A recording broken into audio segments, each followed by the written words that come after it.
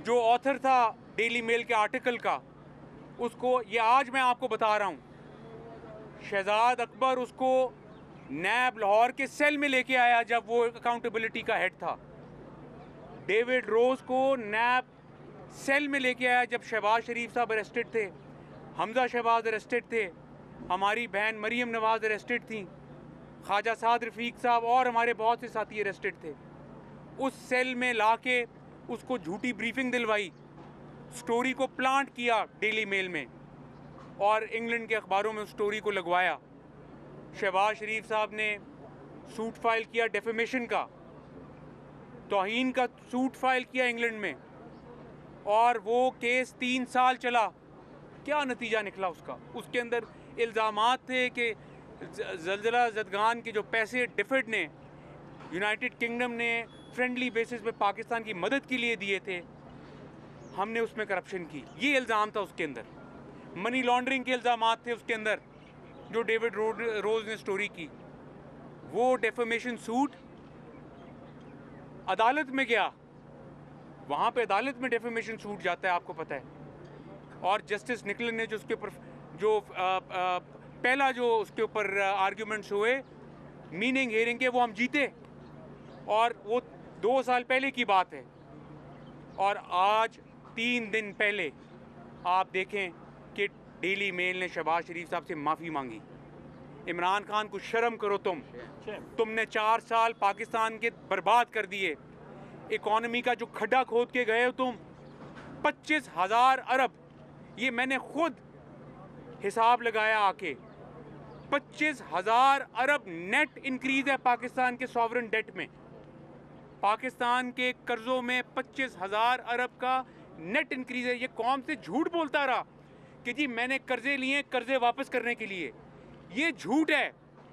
पाकिस्तानी पढ़े लिखे पाकिस्तानी हैं, समझदार हैं, वो जाके इसकी तस्दीक करें। इसने अपने दौर में 4 सालों में 25,000 अरब का कर्जा लिया, उसके अगेंस्ट इसने क्या किया? वो पैसा कहाँ गया? उसका हिसाब होगा। उसके खिलाफ क्या एसेट्स बने, उस पैसे के अगेंस्ट कौन से प्रोजेक्ट्स आए पाकिस्तान में, ये कौम को जवाब दे।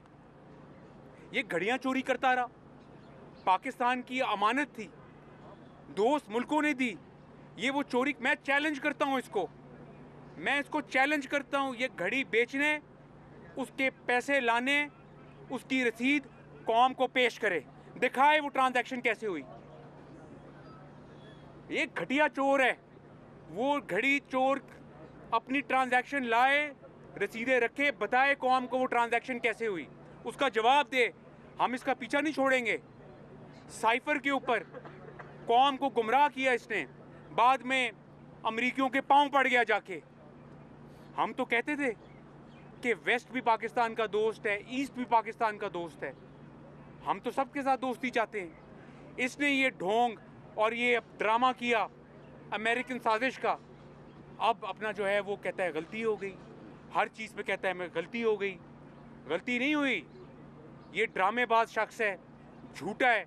साइफर के ऊपर इसकी ड्रामेबाजी सारे कौम के सामने आया हो गई कि ये कितना झूठा और गलत आदमी है।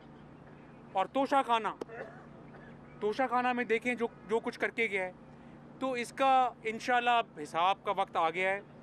हम इसका पीछा छोड़ेंगे नहीं। ये आए अदालतों में अपना मुकदमात फेस करे, इसके ख़िलाफ़ फैसला हो। कौम देख रही है कि इसके ख़िलाफ़ जो ओपन एंड शट केसेस हैं वो कब उनका नतीजा निकलेगा, कब इसको सज़ा मिलेगी। जब तक इसको सज़ा नहीं मिलेगी in open and shut cases में, हम इसका पीछा नहीं छोड़ेंगे।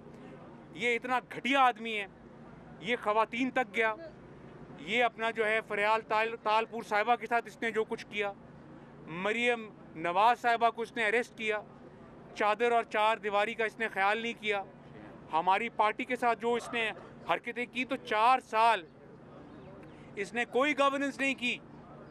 4 साल इसने सिर्फ विक्टिमाइजेशन की है, विच हंट किया, आर्मी चीफ के अपॉइंटमेंट के ऊपर इसने सारे मुल्क का वक्त बर्बाद किया और अपना जो है ड्रामेबाजी की।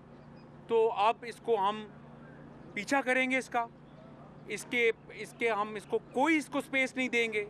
ये किसी भूल में है और इसको इंशाल्लाह इन केसेस का पूरा फॉलो अप होगा और इसको सज़ा होगी इंशाल्लाह। और एक बात और, 190 मिलियन पाउंड का जो डाका पड़ा जब ये वज़ीर आज़म था, जो NCA का केस है वो एक टेस्ट केस है।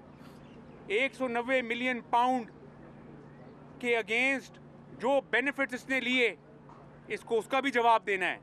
और आखिरी बात, इसको टिरियन खान के केस का भी जवाब देना है।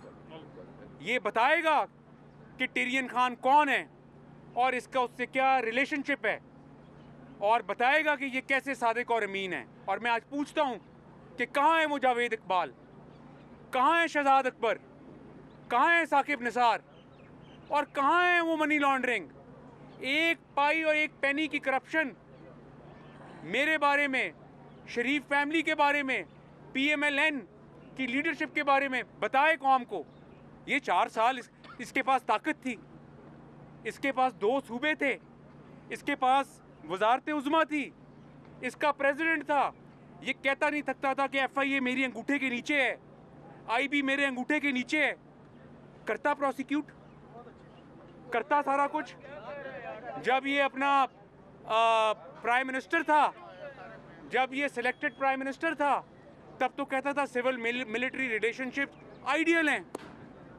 कौम भूल गई कि इसने परवेज़ मुशर्रफ के रेफरेंडम को वोट दिया था, बाद में ये परवेज़ मुशर्रफ को गालियां निकालता रहा।